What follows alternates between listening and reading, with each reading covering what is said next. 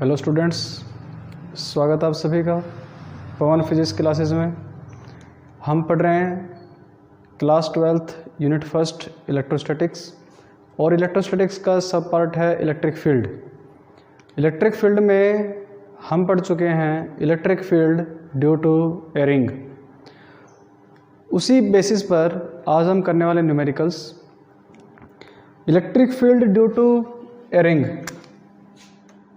कोई रिंग है, उस रिंग की वजह से जो इलेक्ट्रिक फील्ड बनी वो था E k q x upon में are square plus x square उसकी पावर 3/2। और इसके बेसिस पर जो ग्राफ था वो हमने पढ़ा E वर्सेस X। ग्राफ कुछ इस तरीके से करके आया था, यानी दो पोजीशंस आई थी जहाँ पर E की वैल्यू मैक्सिमम थी। E मैक्स पोजीशन थी हमारे पास R अपॉन में √2, यानी वो दो पोजीशंस थी। एक पोजीशन ये थी R अपॉन में √2, सेकंड पोजीशन थी ये -R अपॉन में √2। ये हम प्रीवियस लेक्चर में कर चुके हैं। उसी में आगे बढ़ते हुए आज का जो टॉपिक है वो है न्यूमेरिकल्स। किसके ऊपर? जो रिंग की वजह से इलेक्ट्रिक फील्ड बनी उनके बेसिस पर जो न्यूमेरिकल हैं वो आज हम करने वाले हैं। तो पहला न्यूमेरिकल है, if the charge is slightly displaced then find the time period of oscillations. एक हमें रिंग गिवन है, उस रिंग का रेडियस है R और इसके सेंटर पर एक चार्ज रखा हुआ है जिसकी वैल्यू है -q और उसका मास हो गया m। कोई पॉइंट x है, यहाँ पर इस पॉइंट पर हमने क्या किया, थोड़ा सा हमने इसको क्या किया, डिस्प्लेस किया। डिस्प्लेस करने से जो भी ऑसिलेशन प्रोड्यूस होगा वो हमें फाइंड आउट करना है, यानी इलेक्ट्रिक फील्ड की बात हो रही है।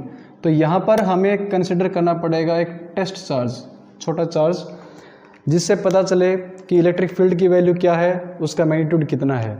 तो हमने क्या किया, डिस्प्लेस किया स्लाइटली डिस्प्लेस करने का मतलब यहाँ पर हमने dx उस पार्टिकल को हमने क्या किया, थोड़ा सा स्लाइटली डिस्प्लेस किया। अब ऑसिलेशन की बात हो रही है, तो ऑसिलेशन में बात होती है फोर्स की, तो उसकी कंडीशन होती है F = -kx। ऑसिलेशन के अंदर, SHM के अंदर ये इक्वेशन सेटिस्फाई होनी कंपलसरी है। तो यहाँ F = -kx और इसका टाइम पीरियड निकालना है, और टाइम पीरियड होता है 2π√m अपॉन में k। अब इम्पोर्टेंट ये है, जैसे हमने थोड़ा सा इसको स्लाइडली डिस्प्लेस किया, यानी इस रिंग की वजह से इस पॉइंट के ऊपर जो इलेक्ट्रिक फील्ड बन रही है, इलेक्ट्रिक फील्ड वो हो गया kqx अपॉन में R² प्लस x² इसकी पावर 3/2। एक कंडीशन और गिवन है, R is much greater than x। अब बात हो रही है यहाँ पर इलेक्ट्रिक फील्ड का फोर्स होती है F = QE। अब यहाँ पर चार्ज कैसा है, -q चार्ज है, तो -q चार्ज है तो उसकी वजह से हमारे पास साइन कैसा हो गया, नेगेटिव का हो गया। E की वैल्यू पुट करेंगे हम यहाँ पर, तो F = हो गया -q kqx अपॉन में R² प्लस x² इसकी पावर 3/2। इतना हो गया।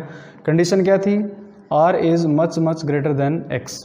तो इसमें x जो होगा वो नेगलेक्ट हो जाएगा, यानी इसकी वैल्यू क्या हो जाएगी, 0 हो जाएगी। तो यहाँ से वैल्यू होगी F = -q kqx अपॉन में R² इसकी पावर 3/2। अब इस 2 से कैंसिल आउट हो गया, तो यहाँ से F की वैल्यू हो गई -q kqx अपॉन में R की पावर 3। अब कंडीशन क्या होनी चाहिए, F = -kx। तो ये जो टर्म हमारे पास है, ये वाली कंप्लीट, ये टर्म किसका काम करेगी, k का काम करेगी। तो k की वैल्यू हो गई = k क्यू क्यूब अपॉन में आर क्यूब। इसको पुट करेंगे हम टाइम पीरियड में, तो t is equal to 2 pi under root m upon में k। तो t इज इक्वल टू हो गया 2 पाई, m हो गया मास और k की वैल्यू हो गया हमारे पास k cube cube R cube. ये आ गया टाइम पीरियड ऑफ ऑसिलेशन।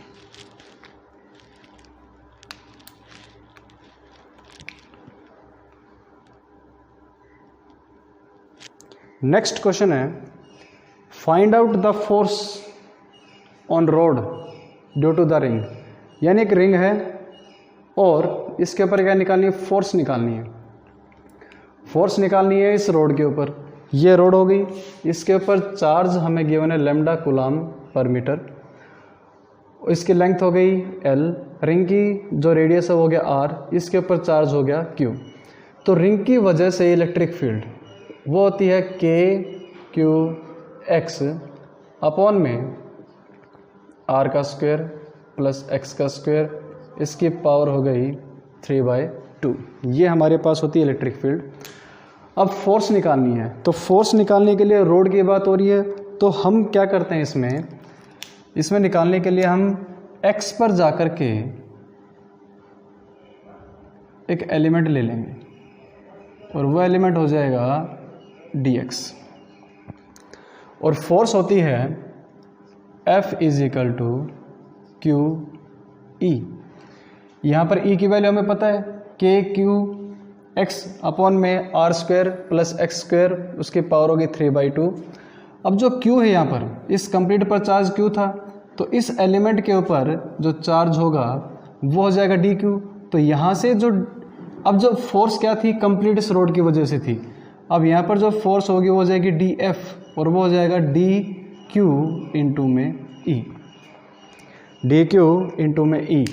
तो यहाँ पर e की वैल्यू पुट करेंगे हम, तो df हो जाएगा dq e की वैल्यू हमारे पास है k q x अपॉन में are square plus x square, इसकी पावर 3/2। इतना करने के बाद अब जो हमारे पास dq आया, अब चाहिए हमें कंप्लीट फोर्स। तो कंप्लीट फोर्स के लिए और इस dq की वैल्यू कितनी हो जाएगी, यहाँ पर बात करते हैं हम, लैम्डा होता है हमारे पास q अपॉन में l। तो dq हो जाएगा यहाँ से लैम्डा dx। तो इस dq की जगह वैल्यू पुट कर देंगे हम, तो df हो गया lambda dx k q x upon में are square plus x square, power हो गई 3/2। तो यहाँ से df हो जाएगा k q lambda x dx upon में are square plus x square, उसकी पावर 3/2। ये यहाँ पर जो फोर्स आ रही है वो हो रही है df, लेकिन हमें चाहिए कंप्लीट के लिए। तो कंप्लीट के लिए जो फोर्स होगी वो जो इंटीग्रेशन हो जाएगा किसका, इस df का। और जो लिमिट होंगी वो कहाँ से कहाँ होंगी, रोड की लेंथ है l, तो लिमिट हो जाएगी 0 से लेकर के l। सॉल्व करेंगे हम इसको, तो f इज इक्वल टू हो गया इंटीग्रेशन 0 से लेकर l, ये हो गया हमारे पास k q lambda x dx upon में are square plus x square, इसकी पावर हो गई 3/2। यहाँ तक इलेक्ट्रिक फील्ड का फिजिक्स का काम कंप्लीट हो चुका है। अब हमें ज़रूरत पड़ेगी यहाँ पर मैथमेटिक्स की, तो इसको इंटीग्रेट करना है। तो हम क्या करेंगे, r square plus x square, इसको कंसिडर कर लेंगे हम टी स्क्वायर। डिफ्रेंशिएट करेंगे ऑन डिफ्रेंशिएशन, हमें मिलेगा। अब यहाँ पर बात हो रही है इसकी, तो डिफ्रेंशिएशन के बाद आर हो गया कांस्टेंट, तो ये हो गया 0 plus 2x dx is equal to 2t into dt। तो यहाँ से हो गया 2x dx is equal to t into d t. इस 2 से 2 क्या कैंसिल आउट हो गया। आर कांस्टेंट क्यों लिया, क्योंकि रिंग है, इस रिंग का जो रेडियस है वो फिक्स है, फिक्स होने की वजह से ये कांस्टेंट है और ये कांस्टेंट की डिफरेंशिएशन क्या होता है, 0 होता है। तो यहाँ से हो गया x dx is equal to t d t. ये इक्वेशन आ गया हमारे पास। इसको हम मान लेते हैं इक्वेशन नंबर 1। ये हो गया हमारे पास इक्वेशन नंबर 2। नेक्स्ट, यहाँ पर हमारे पास जब r की वैल्यू 0 है या x की वैल्यू यहाँ पर पुट करेंगे हम, इसको आप नोट करिए, फिर मैं आगे कराता हूँ इसको।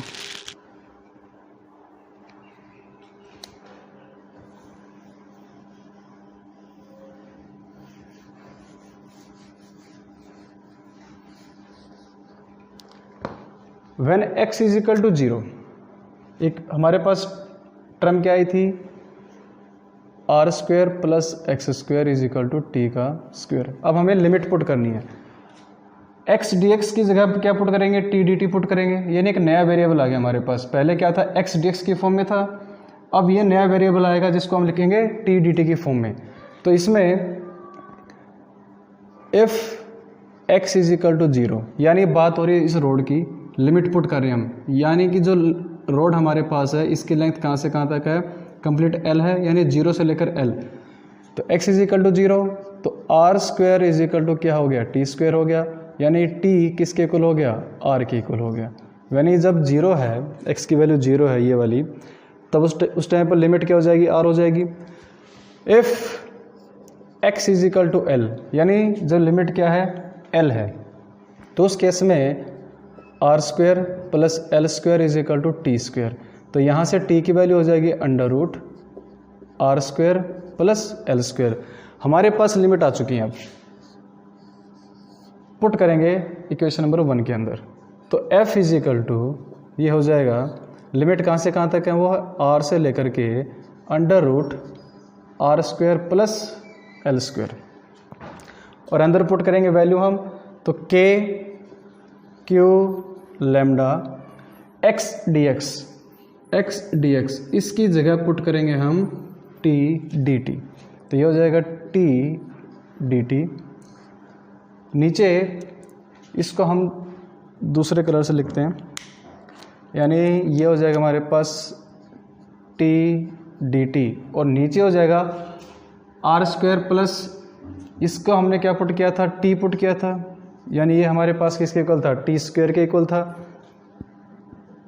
यहाँ से इसकी वैल्यू हो जाएगी हमारे पास 3/2, इस 2 से 2 कैंसिल आउट हो जाएगा। तो f हो जाएगा,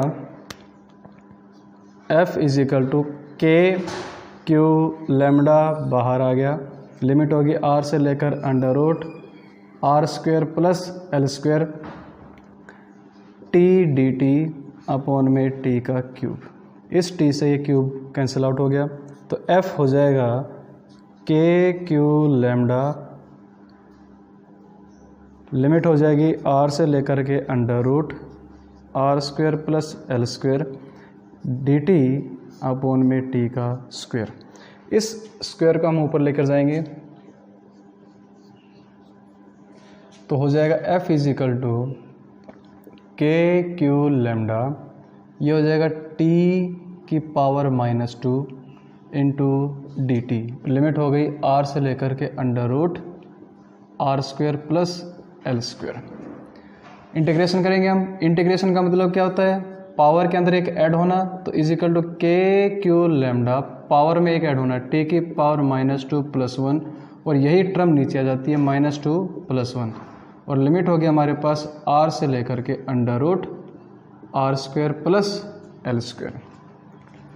तो f इज इक्वल टू हो गया हमारे पास, यहाँ -1 हो गया, तो के क्यू लेमडा, और ये वैल्यू होगी t की पावर -1, और लिमिट है r से लेकर के r square plus l square. Minus power इसकी -1 हो जाएगा, f इज इक्वल टू हो जाएगा के क्यू लेमडा 1 में t, लिमिट होगी r से लेकर के r square plus l square. Upper limit minus lower limit, तो f इज इक्वल टू हो गया के क्यू लेमडा, अपर लिमिट हमारे पास है 1 में under root r square plus l square minus lower limit वो हो गया 1/r। इस माइनस को अंदर लेके जाएंगे हम, तो f इज इक्वल टू हो गया के q lambda 1/r minus 1/r का स्क्वायर प्लस एल का स्क्वायर। तो ये हो गया हमारे पास फोर्स, किसकी वजह से? इस रिंग की वजह से इस रोड के ऊपर। इसको नोट करिए, फिर हम नेक्स्ट क्वेश्चन करते हैं।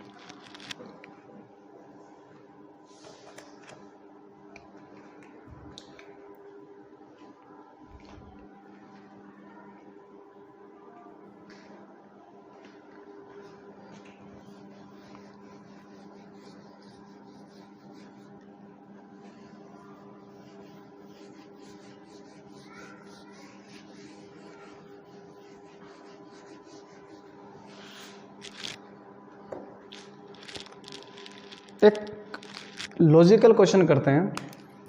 सपोज एक रिंग है इस तरीके से, दिस इज ए रिंग, और इस रिंग के ये हो गए एक्सिस इस तरीके से। इस रिंग के ऊपर चार्ज है Q और एक छोटा चार्ज है यहाँ Q और M। क्वेश्चन ये है, क्या ये चार्ज इक्विलिब्रियम में है? तो इसका जवाब हमें पता करना है, क्या ये जो चार्ज हमारे पास है ये इक्विलिब्रियम में है? इक्विलिब्रियम में है तो क्या वो स्टेबल है कि अनस्टेबल है, किस तरीके से क्या है? तो कैसे करें इसको हम? तो इसके लिए कंडीशन हमें क्या दे रखा है, एक Q है, उसका मास हो गया M हो गया, ये रिंग है और इसके एक्सिस पर इस चार्ज को रखा हुआ है। तो इसका आंसर होगा, अब क्वेश्चन क्या है इसका, can this charge be in equilibrium? Can this charge be in equilibrium? और अगर इक्विलिब्रियम में है तो इसकी कितनी पोजीशंस होंगी? How many positions?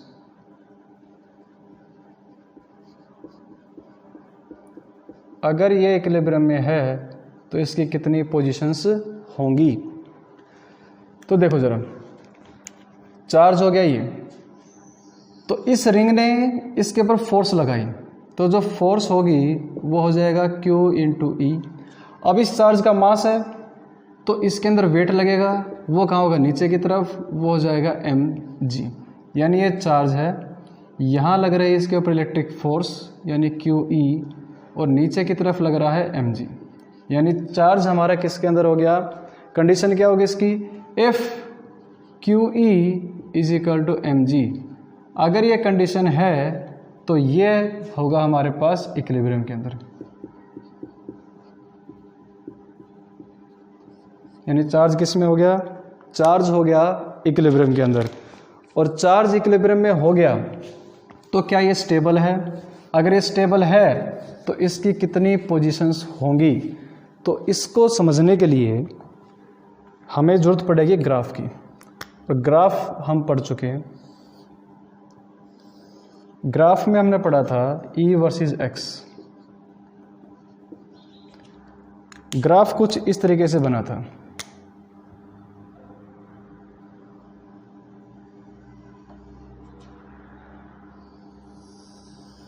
ऐसे करके। यहाँ था Emax,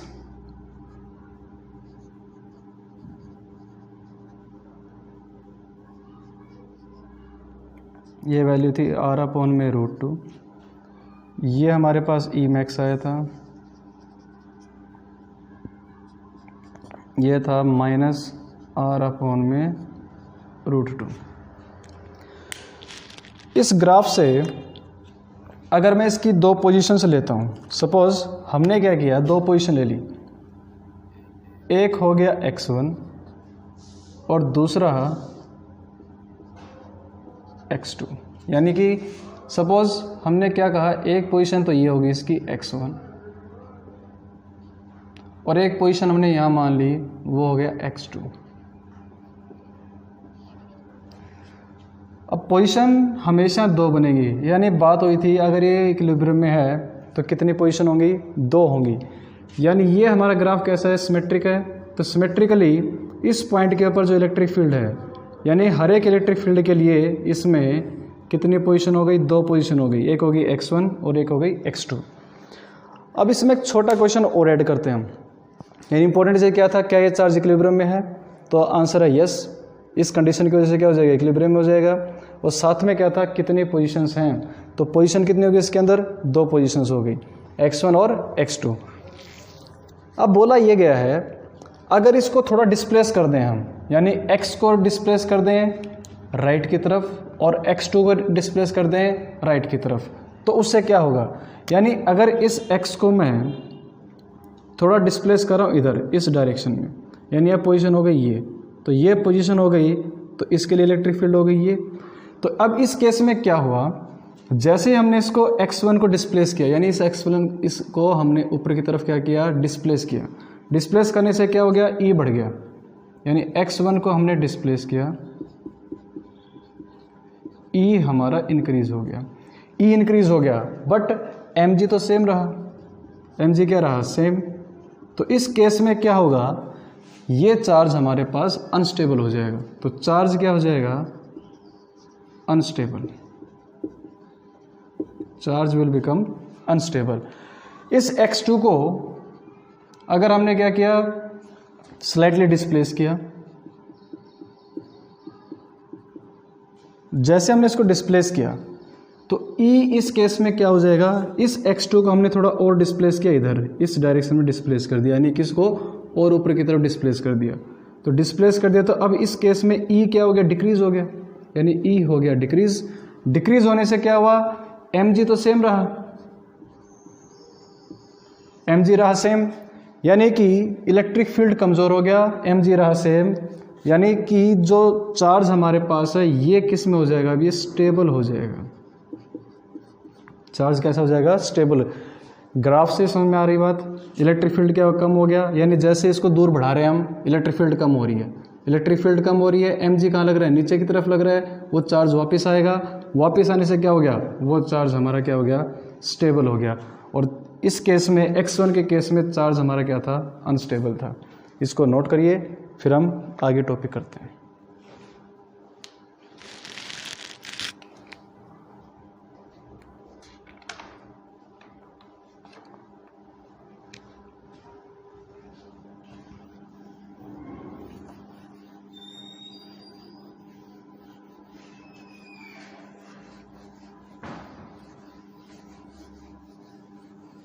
अब तक हमने कर लिया electric field due to a ring.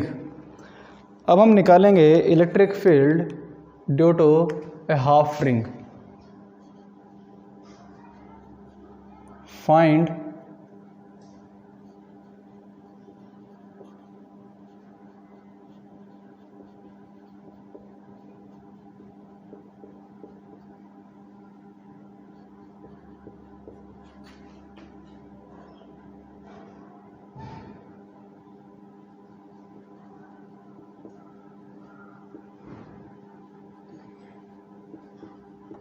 एक सेमी सर्कुलर रिंग है, उसकी वजह से हमें निकालना है इलेक्ट्रिक फील्ड। तो इलेक्ट्रिक फील्ड किस तरीके से निकलेगा, ये हो गया इलेक्ट्रिक, एक सेमी सर्कुलर रिंग है इस तरीके से, और इसका ये हो गया सेंटर, रेडियस हो गया r। यहाँ पर बताना है कि इलेक्ट्रिक फील्ड क्या होगा, what will be electric field at the centre of semi circular ring. और इसके ऊपर चार्ज जो गिवन है वो है लैम्डा कूलम पर मीटर। इस तरीके से चार्ज गिवन है, इसके सेंटर पर इलेक्ट्रिक फील्ड निकालना है। एक बार आप लोग ट्राई करिए, फिर इसको मैं कराता हूँ।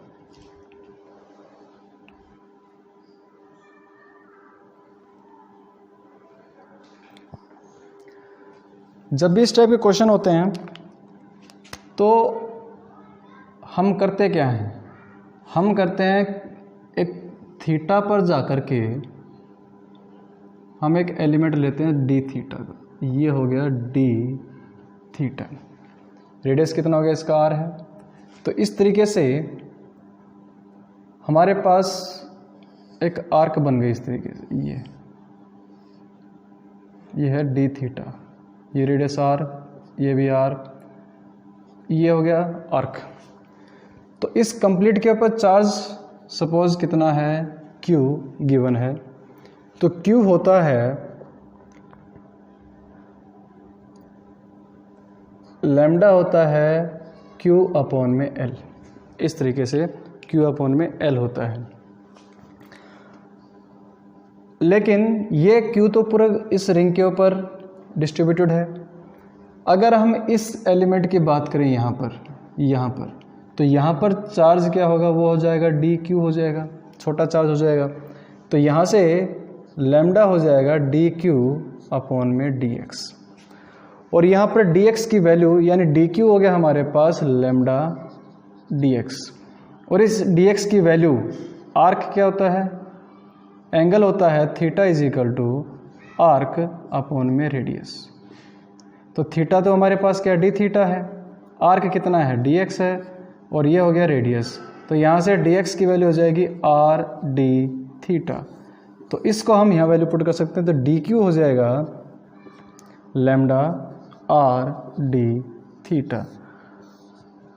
इस पॉइंट पर इलेक्ट्रिक फील्ड निकालनी है। तो यहाँ इलेक्ट्रिक फील्ड निकालनी है। ये हो गया एलिमेंट, एंगल कितना है डी थीटा है, ये एंगल कितना था, थीटा था। इस पॉइंट पर इलेक्ट्रिक फील्ड कुछ इस तरीके से बनेगी, और ये इलेक्ट्रिक फील्ड क्या बनेगी, डी ई बनेगी। तो यहाँ पर ये एंगल अगर थीटा है तो ये एंगल भी क्या हो जाएगा, थीटा हो जाएगा। तो ये हो जाएगा हमारे पास डी ई कोस थीटा, और ये हो जाएगा डी ई साइन थीटा। ये हमारे पास हो गया ई वाई, यानी कि जो वाई कंपोनेंट में जो इलेक्ट्रिक फील्ड ये है, और ये हो जाएगा ई एक्स, यानी यहाँ पर जो इलेक्ट्रिक फील्ड बनी कुछ इस तरीके से बनेगी डी ई। ये एंगल हो गया थीटा, तो यहाँ बनेगा हमारे पास डी ई कोस थीटा, और ये बन जाएगा डी ई साइन थीटा। अब दो वैल्यू निकालनी है हमें, एक तो हो जाएगा ई एक्स और दूसरी हो जाएगी ई वाई। यहाँ निकालेंगे हम ई वाई। तो ई एक्स होता है डी ई कोस थीटा, तो यहाँ पर वैल्यू चाहिए हमें डी ई की। तो डी ई होता है हमारे पास के क्यू अपॉन में आर स्क्वेयर, बट यहाँ पर चार्ज क्या डी क्यू है, तो डी ई हो जाएगा के डी क्यू अपॉन में आर स्क्वेयर। डी क्यू की वैल्यू पता है हमें, डी क्यू हो गया हमारे पास लैम्डा आर डी थीटा, और ये हो गया आर स्क्वेयर, इससे कैंसिल आउट हो गया। तो डी ई की वैल्यू हो जाएगी K lambda D theta upon में आर। इस डी की वैल्यू को पुट करेंगे यहाँ पर, तो ई एक्स कंप्लीट कितनी हो जाएगी, इसका इंटीग्रेशन कहाँ से कहाँ। अब ये सेमी सर्कुलर रिंग है, तो सेमी सर्कुलर है तो एंगल हो जाएगा 0 से लेकर के पाई, तो लिमिट हो जाएंगे 0 से पाई, और ये हो जाएगा D E cos theta. Value put करेंगे हम, तो ई एक्स हो जाएगा 0 से लेकर के पाई, डी ई की वैल्यू है के लैम्डा अपॉन में R cos theta D theta. तो ई एक्स हो जाएगा यहाँ से, E X will be K lambda upon में आर आ गया बाहर, integration cos theta D theta 0 से लेकर के पाई। फर्दर सोल्व करेंगे इसको हम, तो सोल्व करने से हमें कोस थीटा का इंटीग्रेशन होता है साइन, तो वैल्यू पुट करेंगे हम, तो ई एक्स यहाँ सोल्व करते हैं इसको हम।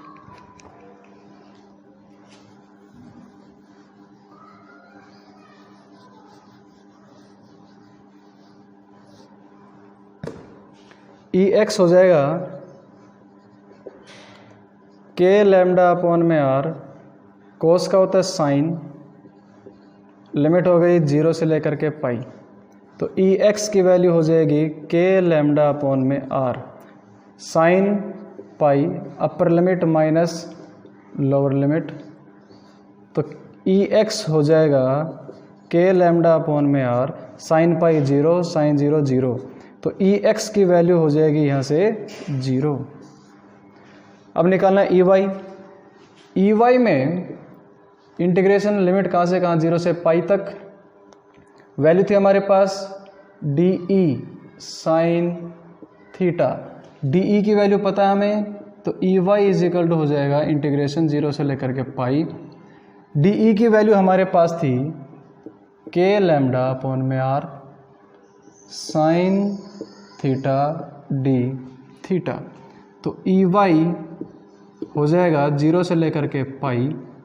इसमें के लैम्डा अपॉन आर को हम बाहर निकालेंगे इंटीग्रेशन से, ये हो गया 0 से pi sine theta D theta. Sine theta का इंटीग्रेशन होता है माइनस कोस थीटा, तो ई वाई हो जाएगा के लैम्डा अपॉन में R minus cos theta. Limit हो गई 0 से लेकर के पाई, तो ई वाई हो जाएगा के लैम्डा अपॉन में R minus sine upper limit minus lower limit cos pi minus में कोस 0, कोस पाई होता है -1, तो ई वाई की वैल्यू हो जाएगी के लैम्डा अपॉन में आर माइनस बाहर है,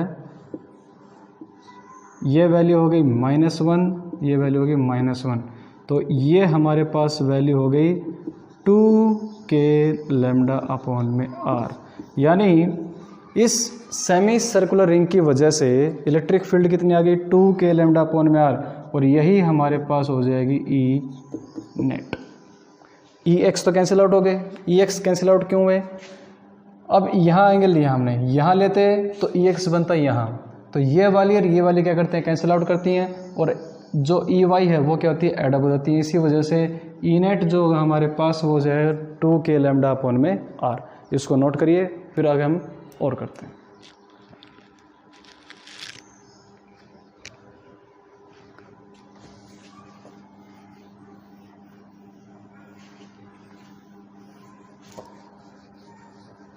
नेक्स्ट इसी में आगे बढ़ते हुए find electric field at centre, किसके देखते हैं हम।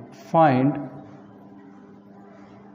इलेक्ट्रिक फील्ड एट सेंटर, यानी हमें कोई भी एक शेप की, हमें ये हो गया हमारे पास वाई एक्सिस, ये हो गया X axis, this is X this is Y. एक रिंग है और वो रिंग कुछ इस तरीके से हमें गिवन है, लाइक दिस, ये रिंग है। अब इस रिंग ने कंप्लीट एंगल बना रखा है अल्फा। इसके लिए बताना है उसके सेंटर के ऊपर, यानी यहाँ पर इलेक्ट्रिक फील्ड क्या होगा वो बताना है। तो इसको सोल्व करते हैं हम। सेम प्रोसेस वही है, हम क्या करेंगे थीटा पर जाकर के डी थीटा एंगल ले लेंगे। वाई एक्सिस के साथ एंगल लिया थीटा, ये हो गया डी थीटा। तो यहाँ से हमारे पास ये हो गया डी एक्स, और ये डी एक्स की वैल्यू हम फाइंड आउट करेंगे कि कितनी वैल्यू होगी। डी एक्स की वैल्यू हो जाएगी आर डी थीटा, तो डी क्यू हो जाएगा लैम्डा डी एक्स, और डी क्यू की वैल्यू हो जाएगी लैम्डा इंटू में डी एक्स। डी एक्स कितना है आर डी थीटा, यहाँ निकालना है। तो यहाँ निकालेंगे तो कुछ इस तरीके से बना हुआ है,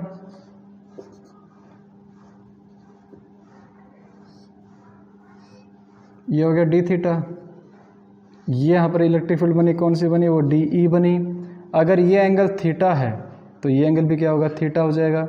तो ये बन जाएगा हमारे पास डी ई कोस थीटा जो कि है ई वाई, ये बन जाएगा हमारे पास डी ई साइन थीटा जो कि वैल्यू है ई एक्स। अब वैल्यू निकालेंगे हम ई वाई के लिए, और इसमें डी ई की वैल्यू क्या हो जाएगी, डी ई हो जाएगा के डी क्यू अपॉन में आर स्क्वेयर। तो के डी क्यू की वैल्यू हमारे पास है lambda R D theta upon में आर स्क्वेयर, ये कैंसिल आउट हो गया। तो वैल्यू हो जाएगी K lambda D theta upon में आर, ये हो गया हमारे पास डी ई की वैल्यू। इसी का यूज़ करते हुए हम आगे रिजल्ट निकालेंगे।